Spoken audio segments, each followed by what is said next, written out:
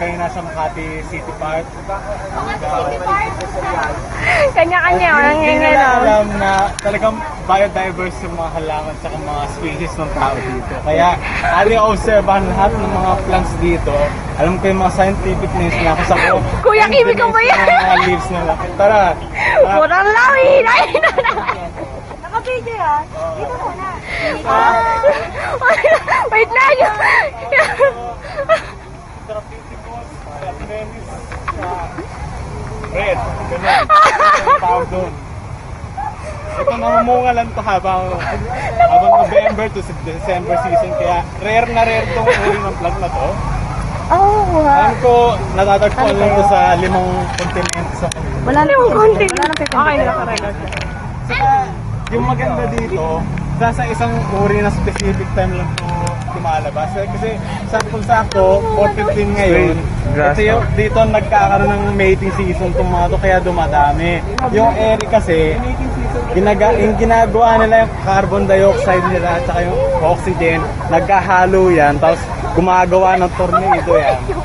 Tapos gawin nila yung mga pollen grains ng lahat yan, napupunta dyan, kaya nagre-reproduce yan. At saka ngayon tapos na tayo sa isang uri ng leaf. Punta na tayo sa... Dito naman tayo, ang tawag dito ay... Gumamera! Herbacus, Gementis, Parcorpio. Gregorio! Galog Gregorio yan! Nagmula to sa ancient Greece. Kunyari, passersby style. Ni-plant lang to since 1987. Passersby, pero... Passersby.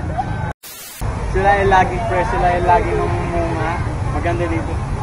Yung weed dito, depende sa taong malapit dyan. Ayun din yung amoy ng tao. Pag inamoy ng isang tao dito, malalaman niya kung ano amoy niya. Kunyari, may bad breath siya, pag nagbukas siya, tapos inamoy niya, hindi, may bad breath din yung plants, ayun yung maganda doon. Tapos dito naman tayo. Last but not the least,